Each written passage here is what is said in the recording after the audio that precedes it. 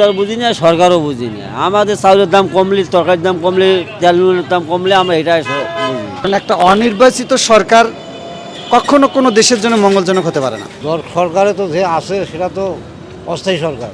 এই সরকার দিয়ে তো কোনো কাজ হবে না, কারণ নির্বাচনী সরকারের দরকার। ইলেকশন দরকার আছে, কোন যে জিনিসগুলো গুছিয়ে আসতেছে আরো গুছিয়ে এসে ইলেকশনটা হোক। সরকারে তো যে আছে সেটা তো অস্থায়ী সরকার। এই সরকার দিয়ে তো কোনো কাজ হবে না, কারণ নির্বাচনী সরকারের দরকার।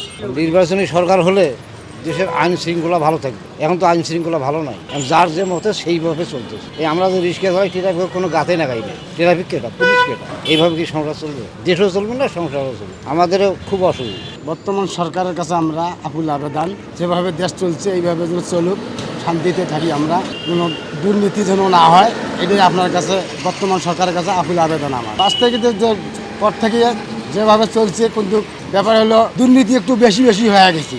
মনে করো রাস্তাঘাটে ছিনতাই চলছে, এটা বর্তমান সরকারের কাছে আকুল আবেদন আমার এর জন্য বদ্ধ হয়। অন্তত সরকার যা চলে দিচ্ছে ভালোই চলে দিচ্ছে। তা জিনিসপত্র যে দামগুলো ওগুলোও নিয়ন্ত্রণে আসে গেছে। ভোট তো সবাই চায়, সবাই যে ভোট চায়, তাও সবাই চায়। মনে আমি হ্যাঁ, ইলেকশনের দরকার আছে, কোন যে জিনিসগুলো গুছিয়ে আসতেছে আরো গুছিয়ে এসে ইলেকশনটা হোক। ইউজার বুঝি না, সরকারও বুঝি না। আমাদের চাউলের দাম কমলে, তরকারির দাম কমলে, তেল নুনের দাম কমলে আমরা এটাই বুঝি। আমরা গরিব মানুষ, আমরা কর্ম করি খাইলে এইটাই মেলা। ইয়াসা কি কমছে, মাঝে কমিল, ফির আবার বাড়ে। ভোটটা এখন না দিলে কি আর হইল? ভোট তো চাওয়া লাগবে, ভোট তো দেওয়া লাগবে। সরকার না আসলে কি হইল? আমরা এখন ডাক্তার ইউজ তো এখন তত্ত্বাবধায়ক সরকার, এখন তো সরকার নয়। দেশের যে গন্ডগোল এগুলো থামি গেলে হয়তো দেবে। 2-1 মাস যাক, 6 মাস যাক, গদির থেকে নামবে, না নামলে দেবে করতে গিয়ে। যাই ক্ষমতা আছে, তোমার ক্ষমতা আছে, তোমরা যদি না নামেন, তোমরা যদি ইলেকশন না দেন, আমাদের কটা কিছু আছে? আমরা ইলেকশন চাই, ইলেকশন তো দেওয়াই লাগবে। সঠিক প্যাড আর সঠিক তথ্য দিয়ে এসব সামলে নিব এক হয়ে। Monalisa sanitary napkin. বর্তমান আমাদের দেশে যে সরকার আছে, ডক্টর মোহাম্মদ ইউনূস স্যার, আগের সরকার আছে, এই সরকার আমার কাছে ভালো মনে হচ্ছে। আমার কাছে মনে হয় যে নির্বাচনের আর কোনো দরকার হয় না। আমার কাছে এই সরকারই ভালো, ইনি যতদিন থাকতে পারে থাক, ঠিক আছে। আর জিনিসপত্রের দাম আগের চেয়ে অনেক এখন ভালো, কম আছে। আমরা অনেকটা শান্তি বোধ করতেছি। বাজারে গেলে জিনিসপাতির দাম, জিনিস কিনিও অনেক আরাম।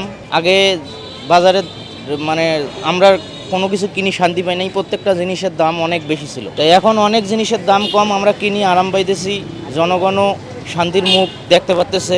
হ্যাঁ, তাই যে সরকার আছে আমার কাছে ইনি অনেক ভালো। ইনি 5 বছর থাকলে, নির্বাচন আমার কাছে মনে হইতেছে যে 5 বছর না হইলেও কোনো সমস্যা নাই। বর্তমানে আমাদের যে প্রধান উপদেষ্টা আছে, উনি একজন যোগ্য ব্যক্তি।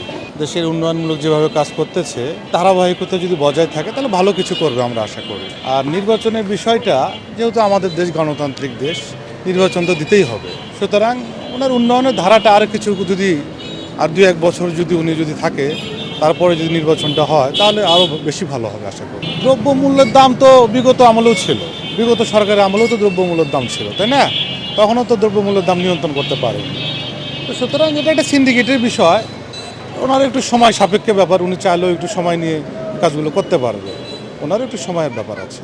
জিনিসপাতির দাম যেটা বলতেছেন, এই দেখছেন ঈদের 5-7 দিন আগেও আমি আদা কিনছি আপনার 80 টাকা 90 টাকা কেজিতে।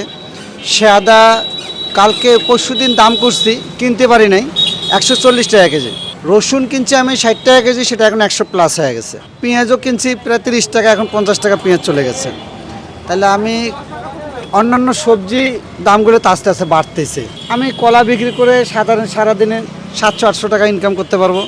আমার বাড়িতে যাওয়া আসা, এখানকার খরচ সব মিলে প্লাস 200-300 টাকা চলে যায়, মানে 500 টাকা আমার বাড়িতে যায় না আর কি। বর্তমান পরিস্থিতিতে 700-800 টাকা বাড়িতে যতক্ষণ পর্যন্ত আপনার ঢুকবে না, ততক্ষণ পর্যন্ত আমি ভালো থাকবো না। আর নির্বাচন অবশ্যই আমরা চাই, কারণ একটা অনির্বাচিত সরকার কখনো কোনো দেশের জন্য মঙ্গলজনক হতে পারে না।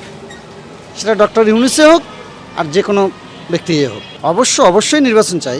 নির্বাচন দিলে কী হবে? নির্বাচিত একটা সরকার আসবে, অবশ্য তারা আসলে যে আমাদের ভাগ্যের পরিবর্তন ঘটবে এমনটা নয়।